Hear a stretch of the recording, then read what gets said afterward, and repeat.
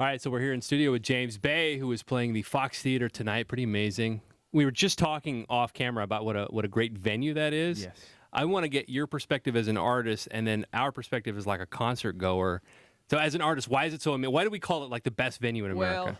Well, it's when it's a sort of perfect combo of all of everybody's favorite things, like the way a place looks, the way a place sounds. Sure. The kind of, this is a nuance, but that feeling right in the middle of the gig, like when every little kind of glance left and right, everything feels good. And again, that takes into account how the place looks and how the place sounds. And like, I think from an artist perspective, I've seen other artists, whether it be like on Instagram or anywhere else, talking about the venue. So there's this kind of underlying, like, it's building in me this idea that, well, maybe one day I'll get to play there. And when you see it on the list of places you're going to play, suddenly it's like it's the greatest venue. It's already everybody knows about it, right? Because all your favorite artists have said it's great. Yeah. And then you're getting to play there yourself. It's like, yeah. It means something different for you for that reason. For that reason, yeah. But I think I guess from a fan perspective, it just sort of going to the venue, like loading in and sort of seeing it in the day. It's an exciting one to roll up to. The Fox is beautiful. If you've never been inside, I feel like I'm in a church. Right. It's majestic. I don't know how to describe it. Perfect word. Good word? Okay. From a logistical standpoint, as a music fan, you can get on BART, which is our public transportation. It's our subway. And then you can exit. And if you remember the right stairs, there is a set of stairs that pop up on the street level right across the street from the venue. That's the info we want. That's A. And then B, there's air conditioning coming through the floor that you don't even notice. There are vents in the venue. They built those in for a good concert-going experience. And that is a sensitive subject for a singer. And I like that it's coming through the floor, because for singers, when it's coming from anywhere higher than the floor, it's your voice. It gets to your voice. Right. Quick, I didn't even think about that. And it's a total. I think Aretha Franklin, R.I.P. We love her. Right. She was like a real stickler for like, I won't even walk in a building if you've got the air conditioning on. Sure. Wow. I can't risk it. I don't want people drying my voice out. Yeah. And it's, I don't know, a lot of the time, to us Brits, a lot of the time, most parts of America are kind of really hot for a part of the year. Mm-hmm. So we kind of get that you need the air conditioning on. Yeah. When we're singing in these buildings. I thought it was just because we were fat and we were overheating. No? Okay. No? Has nothing to do with that? Well, that's just my guess. I want to talk about something you hit on that was also kind of addressed in your favorite movie, Shallow. Did you ever see Shallow with Lady Gaga and Bradley Cooper? No, A Star Is Born? I'm sorry, A Star Is Born. Yeah. Big song, Shallow. Okay. I haven't seen it yet, particularly because I've been on tour. Sure. And it's hard. It's impossible, actually, to sort of, unless you're like, suddenly you've got the night off or the day off. Right. And you're in the right. Movies aren't in the movies for very long now. I know. So you miss them really easy. But no, I haven't The seen theater run is quick. The only reason I bring it up is you said something just now that you said it's something that you only know if you're on stage, the nuances of being a rock star. And the rumor is that Eddie Vedder from Pearl Jam told Bradley Cooper some of the things that only rock stars would know. Oh, wow. So give me a couple things. I hope... only rock stars would know because of performing on stage. I know it's a vague, weird question, and I hope you know what I'm asking. All right. There's a few things. There's the air conditioning thing. Yeah. There's things like, and Bradley Cooper was playing guitar in that movie, and Eddie Vedder's often playing guitar, so those two will know about this. It's quite a guitar-specific thing. This is kind of strange, if you ask me. When you stand in front and center stage and you've got your guitar and the neck is in your left hand for most guitar players, sometimes in the right hand, there are some fans, and I love all my fans. I love them. This is kind of weird. And I kind of don't mind if they decide they don't want to do this anymore. But there are some fans who know they're thinking about my eye line from my face to the neck of the guitar, and then just beyond that is the front row of the crowd, and a specific point in the front row of the crowd. Uh-huh. So we all experience this thing as the guys up on stage, where the same fans, they're following your eyesight. They're behind the guitar because they know you're going to be looking there. They know exactly. They know we're going to be looking there because that's the line sight to your guitar. But someone's got to be there, right? I mean, you got to fill the room up. But they seem to get the same tickets every time. They're getting the same spot. Oh, you're saying the same fans at the same. Okay, got it. Kind of weird. I get it. What are they hoping for? I don't know. because I see them and we smile and it's nice. Right. They want an But like, intimate moment. I'd see them at any other point on the front row as well, because I don't just look at my guitar. Well, as an audience member too, when an artist on stage makes eye contact with you, and I do stand-up comedy, so it's like it's a quick moment, but it does like make you feel alive for a second. So I'm sure, great. especially being a musician and It's very great. talented, a lot of female admirers. It's all wonderful, but Yeah. And I'm always making sure I'm sort of glancing all Everywhere. about the room. Right. Yeah. But I have to look at my guitar a lot of the time. Yeah, yeah. And I just find there's a strange psychology in that, and we notice it from the stage, and it's like, I don't know, it's kind of weird. Maybe Yeah. they think if they show up at enough shows and catch enough glimpses of you straight in the eyes, that eventually you're officially going out. Yeah, maybe. Who knows? Anyway. Maybe. I mean, In it's- someone's it's head, you're never already gonna their happen, boyfriend. That's just how it happens. Oh my God, he looked at me. We're so going out. but it's never going to be the case. Yeah, But, here's to those guys hoping. So I know you're in the middle of a big tour, by the way, right? So you're here now, but you're going to Europe this summer with Ed Sheeran. Yes, that's very exciting. huge tour. Ed is doing this non-stop stadium tour as one man and a guitar, which Yeah. is He's still doing that, he's huh? still doing it. I remember the last time I saw Ed play was about 2 years ago in London at a place called the O2 Arena, Yeah. which is the same as like Madison Square Garden. It's like That's a big nostalgic arena, right? 20,000 people. Yeah. He was doing 4 nights there as a warm-up for the stadium tour. So his warm-up shows are gigantic. the equivalent of Yeah. Madison Square Garden. But you know what? And I'm sure you know him personally, so you know a lot more than we do. But we've met him a few times, and I just love that he took that year for himself to be doing his own thing, He living did. his He life. got rid of his phone. Yes. He was very removed, and that's a healthy thing. I think Yeah. that's a very healthy thing.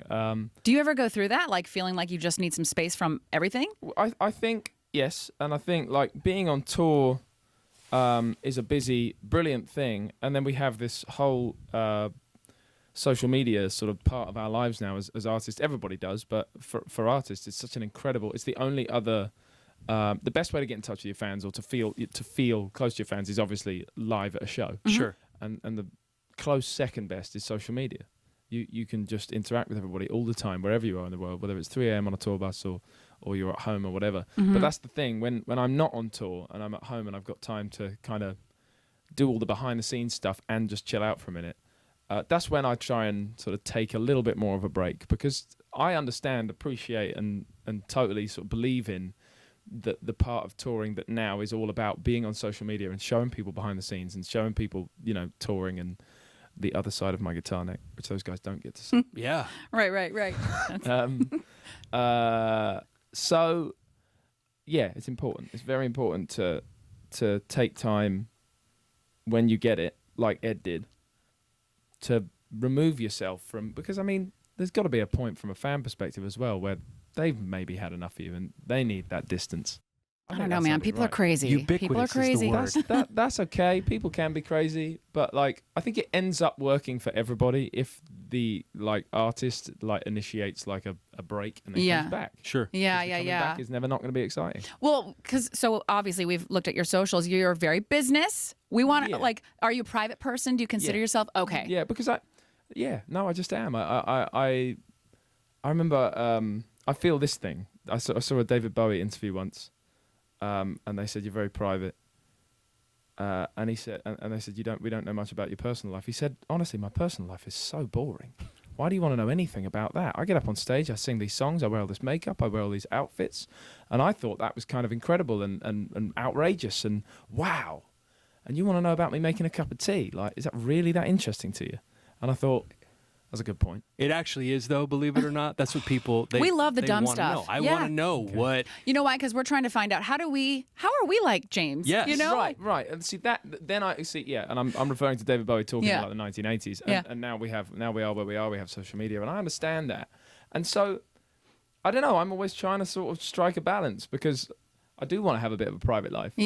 Yeah. Well, But, when you do find yourself going back home or just taking a minute, like, do you have things that relax you or TV shows you Yeah. watch or? I do things do you like cook? I play soccer. Okay. That is like that's a big escape for me. Which position? I'm a winger. Of course you are. I'm running up the side there. No, yeah. Trying to put a cross in, trying to score a goal, failing every time. I do that kind of thing. I do make tea, believe it or not. Not a lot of British What kind of people- tea not do you all British like? people do that. That's a big thing, right? I mean, It's a big British thing. I've had high tea. That's There you go. exciting. But even I guess this is the thing, right? even as I attempt to tell you about the things I do in my private life, I find it so boring to tell you about You're it. boring yourself? I can't get enthusiastic about it. Aw. So like, because it's not that interesting. But see, when you're a guy that is more private than others, and then you share a little nugget like that, it's like the heads explode. Okay. Well, I'll let that I'll be be honest what with it you. is. I look at your Twitter, and you take all the photos that you take are all the photos I've always wanted to take. Okay. But how do I get myself to look like that? I need to know about the workout regimen. How do you keep yourself in shape? Sure. Is it just Okay. the metabolism I of a know you have- 15-year-old girl? Right now, I'm Hair still riding envy. on the I got hair metabolism. envy. Hair envy. I got questions. I'm riding on the metabolism right now. You I are, know- okay. I know Riding that on bubble's it. going to burst at some point, so I'm thinking at some point there'll be like a personal trainer or something. I'm not yet. I'm not there yet. Yeah. but Do I'm you sure. do push-ups or yoga or anything You know, like that? I don't know. I jump around on stage. And Okay. I Yeah, play very active soccer and and all that stuff, and I come off stage like drenched in sweat every night. So I figure that might be doing something. That must be the greatest feeling as an artist, to just get so lost in that Yeah. moment Yeah. that your body is Yeah. you're just in that zone. It's very cool. I don't know. I catch myself sort of thinking about that in a spare moment on tour a lot. We were in Salt Lake City the other night, and I've been there only once before. So the once before was my kind of debut in that town, and we were new to each other, me and Salt Lake City, and this was like 2015. They had a great time. I had a great time, and it's taken me a few years to get back there. But I was there 3 or 4 nights ago. It was arguably the loudest crowd on this entire tour, and we've had some really loud ones. Like Montreal is always like crazy loud. Sure. But Salt Lake City kind of blew everyone out the water, and I don't know. In that moment, I think all these things about my sort of relationship with that crowd in that town and what that suddenly is, and I didn't know it was that, but it was. And then just the feeling of like we wear these in-ear monitors and like having to sort of pull them out because the screams were so loud that it was kind of hurting everybody's heads. Wow. Wow. And that's actually like the best problem in the world. I was just going to ask, Yeah. is that a good thing or a bad thing? It's never really a bad. I mean, as long as nobody's eardrums burst, Sure, it's, Yeah. never, sure. it's never a bad thing. And that kind of hysteria in that moment, paired with, finding a way to sort of lose myself in the moment, which the more hysteria, the easier that gets. I was just like, I kind of in hindsight, I go, oh, that's like total heaven for me. Yeah. What an experience. Yeah. And like the sort of fortune you feel. to And get we were to just do saying, that. when you first came in, you had a show a couple nights ago, sold out on a Monday night. And you Yeah. just never know with a crowd, like it doesn't matter the venue. If the crowd is in it, like I'm sure everyone feeds off everyone's energy. Absolutely, and that's a massive part of my show and how I perform. And like it was a Monday night in LA, New York, London. I'd even argue maybe like Chicago, maybe even San Francisco. These are places that definitely get lots of acts all the time. That Salt Lake City doesn't get everybody all the time. Right. So when people come into town, They it came might out. seem a little more exciting to them. Sure. But a Monday night even one of the folks from who was it? It was someone from a local radio station who was like, who I saw before the show, who'd come along. She was like, "You don't get me out on a Monday night, so it's a big deal for me." I was like, Yeah. "Wow, I appreciate it." That sounds like me Yeah. because you got to get childcare. It's all of that. If I'm bringing the exactly. wife, I got to get It's- it's- childcare. We got to figure out where we're Yeah. eating. And she came down, and I initially it was like you kind of you get on stage and you're in one of these places like LA, who everybody plays in on a Monday night, and you're like, oh, it might take a couple extra, Yeah. I don't know, moves on the guitar, like extra bits of vocal. We were trying to get these guys, but by the end of it, it was insane. Like it was amazing to everyone that this was LA on a Monday night. Yeah. They were going crazy. How do you think you've changed as like a person or an artist from your first album? Because I was watching an interview and I really like how much you are open to and wanting to evolve and continue evolving. That's it. There's lots of different. Sorry, a David Bowie thing came into my head again, and there's lots of different artists over the years and years that pop and like rock and roll and all of this stuff has existed, who've had great sort of views on how important it is to evolve. I'll always love David Bowie's line that he said once, "I don't know what I'll do next, but I promise it won't be boring." And that was just in support of evolution. Experience, I suppose. It sounds almost slightly sort of boring answer, but experience is the thing that's kind of grown me. I think I haven't changed much about how I perform. It's always just extremely live, and like things can go wrong. It was a particularly hot venue the other night, and that can affect. This is a bit lame and boring, but it can affect how your guitar stays in tune. And one of the strings on one of my guitars went way out of tune the other night, and in that moment, you have to keep it cool.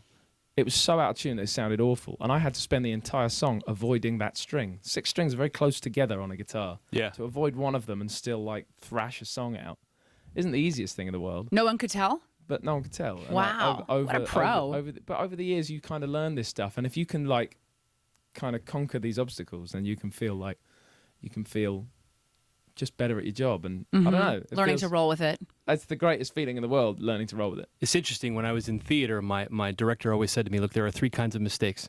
There are the mistakes that you know you made, the mistakes that you and I know you made, and the mistakes that everybody know you made.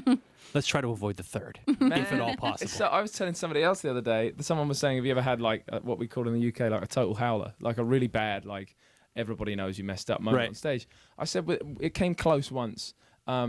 Let It Go, my song Let It Go, we've played it in a few different keys over the years because sometimes your voice is a little more tired. You've got to sort of do it slightly lower. Nobody notices that.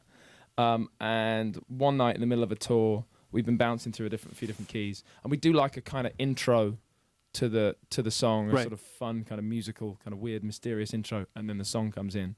And I start the intro off with Andy, my other guitar player, and Tom, who's my bass player, who I've known since I was 3, so we have a good relationship already. He came in the completely wrong key. And it was horrendous for a moment. And in that moment, I remember the feeling, that sort of negative electricity that shoots through everyone on stage, like, oh my God, what are we doing now? What do we do here? And part of the natural reaction, or my natural reaction, was all in like 1 second, I went, that's unsolvable. How are we going to get over that? Stop. Everybody stop. And the crowd are like, okay. And I don't know why I did this or anything, but I just went to the crowd. Okay, you sort of stare at the crowd with confidence and you go, you don't want this intro, do you? You don't want to hear any of this. You just want the song. And you hand it to them. Yeah. To be like the controllers of the show, make it feel like it's theirs. And Yeah. Yeah, we just want the song. They didn't know it was coming. They didn't know it was Let It Go. Yeah. We just want the song. All right, 1, 2, 3. Well You were able to done. start over. And then they feel like they've kind of They're saved, part of it. they're part of it, and they've sort of helped save the moment. Yeah. Tom realised in the moment what key we were supposed to be in. Yeah.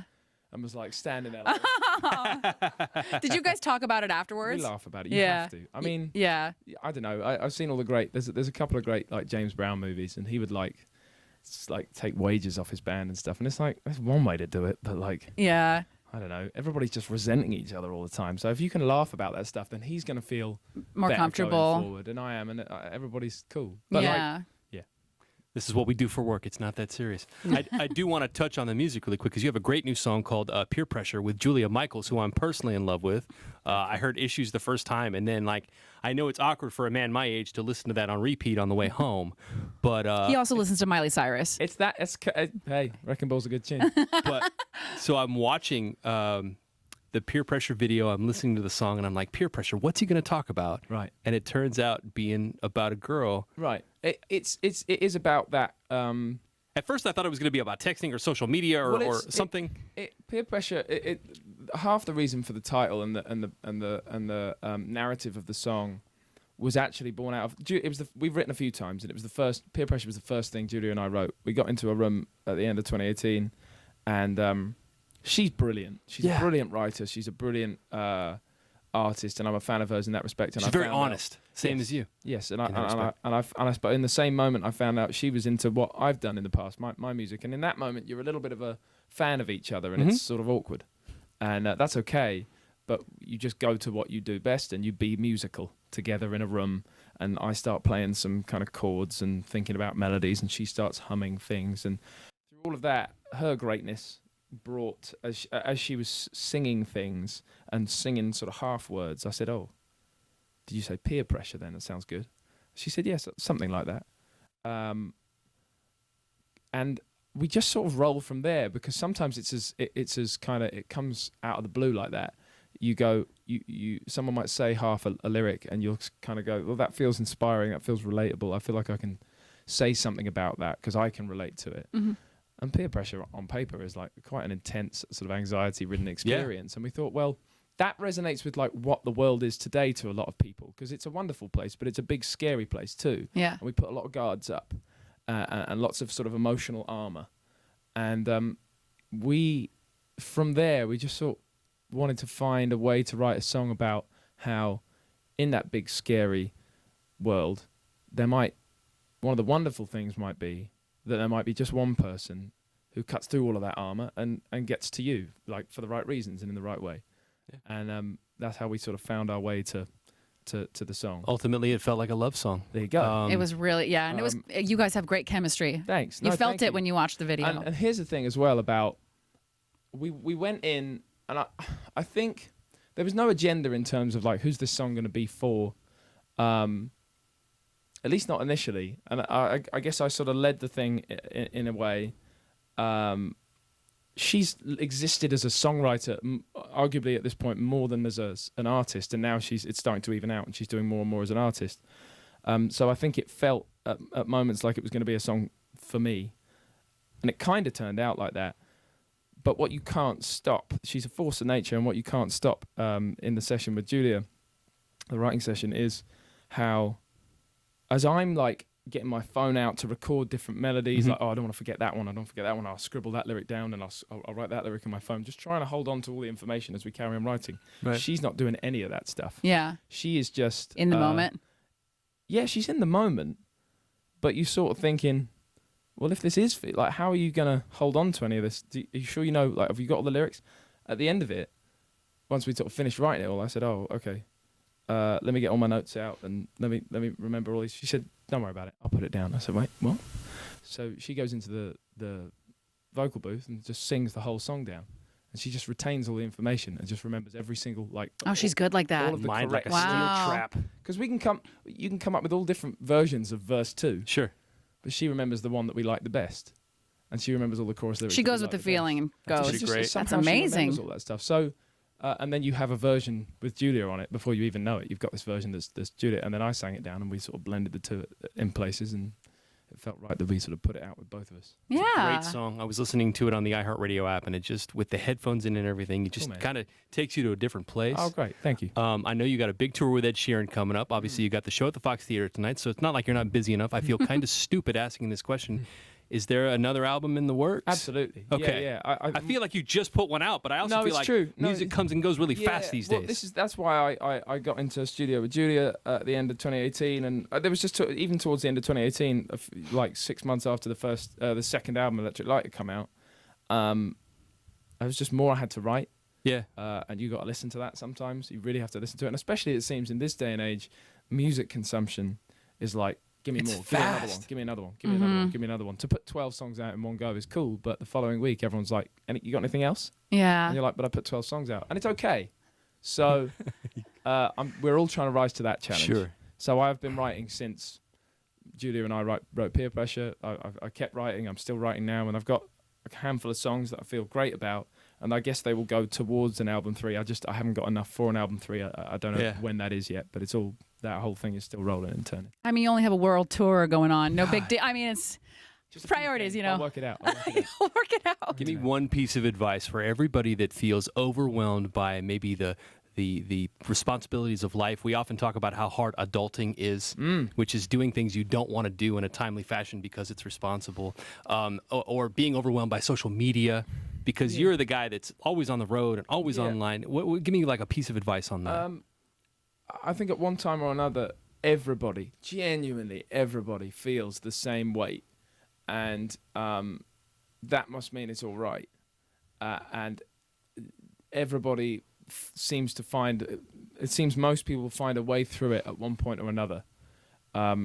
So for all of the weight, it's all, they're kind of classics, slightly cliched sayings, but keep your head up, you know, and keep going, because there's, again, it's all cliche, but there's lights at the end of tunnels and all of that. There are. Yeah. I feel that weight all the time, and but there's enough excitement, I think, in life. Sure. There are enough good options to find a reason to stick with it, you know. Sometimes you have to consciously think of them. You know what I mean? You do. Gratitude lists or whatever. Itself, yeah. But the result is brilliant. Mm-hmm. If you put that little bit of work in, it's there's a lot of people a lot worse off than me and you and I, who are still doing it, who are still sort of pushing forward. So, you know, we have what we do is not a bad way to make a living. Right. We have every reason to keep going if they have every reason to keep going. Sure. Mm-hmm. So yeah.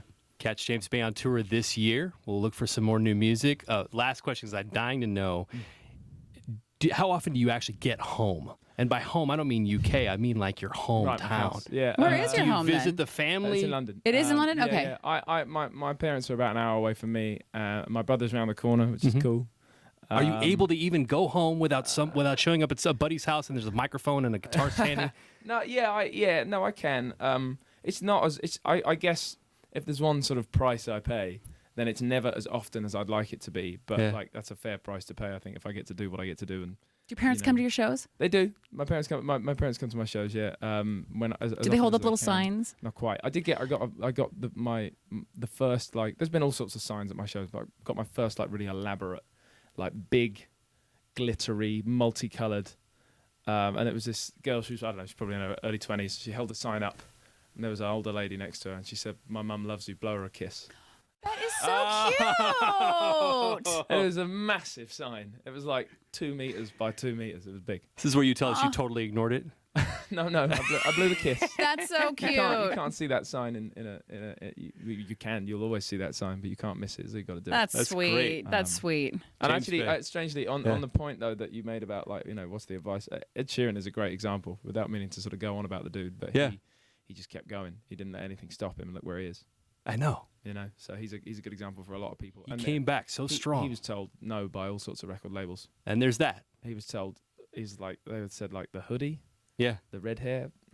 GQ calling him the worst dressed man in the world He for has done all right. Yeah. Like done just it shows fine. how superficial all that stuff was, Yeah. and how like just great he is. Yeah.